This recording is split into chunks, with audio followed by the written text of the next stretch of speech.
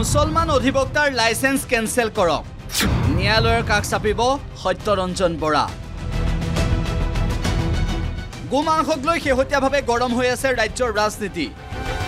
আৰু সেই সময়তে একাংশ মুছলমান অধিবক্তাক লৈ সৰব হৈ পৰিছে সত্যৰঞ্জন বৰা হুংকাৰ প্ৰদান কৰিছে সত্যৰঞ্জন বৰাই মুছলমান অধিবক্তাৰ লাইসেন্স কিয় কেন্সেল কৰিব লাগে তাৰো কাৰণ ব্যাখ্যা কৰিলে কুটুম্ব সুৰক্ষা পৰিষদৰ সভাপতি হিন্দুত্ববাদী নেতা সত্যৰঞ্জন বৰাই সেই সকল মুছলমান অধিবক্তা মুছলমান উকিল যিসকলে জানে আৰ্টিকল 48ত এই কথাটো স্পষ্টকৈ লিখা আছে তেওঁলোকে জানে আৰু তেওঁলোকে সেই সংবিধানৰ আধাৰতে উকালতি কৰি ফুৰিছে কিন্তু তেওঁলোকে সংবিধানত লিখি থোৱা কথাটো অমান্য কৰিছে তেওঁলোকে সংবিধান অৱমাননা কৰিছে তেওঁলোকে সংবিধানৰ কথা নস্যাৎ কৰিছে গতিকে সেই সকল মুছলমান অধিবক্তাই কি ভিত্তিত তেওঁলোকে আকৌ সংবিধানৰ মূল্য ৰাখিব পাৰিব কি ভিত্তিত তেওঁলোকে সংবিধান হিৰত তুলি ধৰি আমাৰ সাধাৰণ মানুহক মান্যতা প্ৰদান কৰি ন্যায় দিব পাৰিব তাত সন্দেহ আছে কাৰণ তেওঁলোকে নিজেইটো গো হত্যা কৰি গো ভক্ষণকাৰী আৰু তাৰ প্ৰশিক্ষণ লৈ মানে তাৰ পক্ষপাত লৈ তাৰ পক্ষত গৈ তেওঁলোকে নিজে সংবিধান উলংঘা কৰিছে ভাৰত বিৰোধী কাৰ্যকলাপ কৰিছে গতিকে ভাৰত বিৰোধী ভাৰতীয় ন্যায়ত কি ধৰণে দায়িত্ব পাব পাৰে গতিকে মই আপোনালোকৰ মাধ্যমেৰে অসমৰ মুখ্যমন্ত্ৰীৰ লগতে গুৱাহাটী উচ্চ ন্যায়ালয়ৰ পৰম আদৰণীয় ন্যায়াধীশ মুখ্য ন্যায়াধীশ মহোদয়ক আমি জনাইছো আহ্বান কৰিছো যে মুছলমান যিসকলে গো ভক্ষণকাৰী তেওঁলোকৰ অধিবক্তাৰ অনুজ্ঞাপত্ৰ বাতিল কৰি দিব লাগে মাদ্ৰাসাটো অভিযান চলাব সত্যৰঞ্জন বৰা বাহিনীয়ে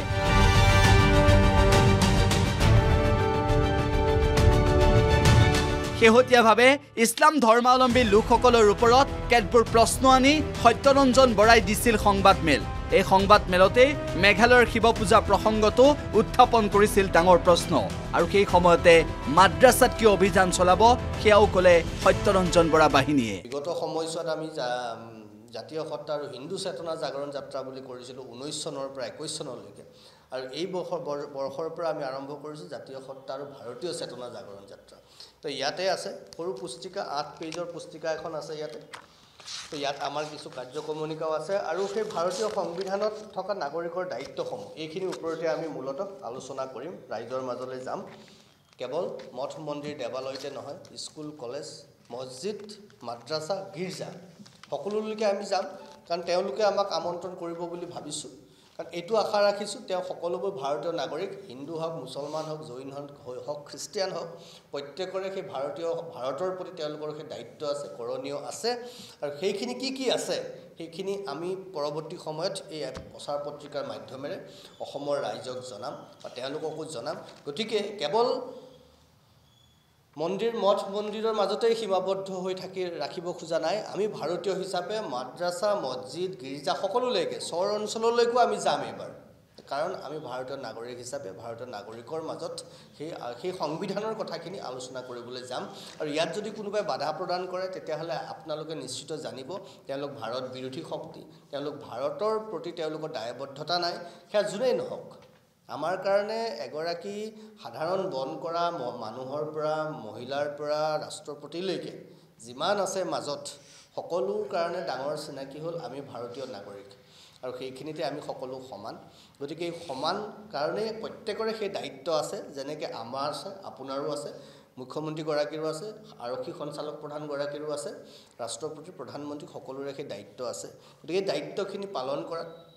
আমি তেওঁলোকৰ পৰা সহায় সহযোগিতা বিচাৰিছো আৰু সেই কথাটো লৈ পেলাই আমি এনেকুৱা প্ৰায় 50,000 প্ৰচাৰ পত্ৰিকা আমি প্ৰস্তুত কৰিছো আৰু এইখিনি আমি যিমান পাৰো আমি সিমান ৰাইজৰ মাজত প্ৰচাৰ প্ৰসাৰ কৰিবলৈ চেষ্টা কৰিম news desk report the news plus যিকোনো খবৰৰ বাবে যোগাযোগ কৰক 7099017330 লগতে 7099017110 নম্বৰত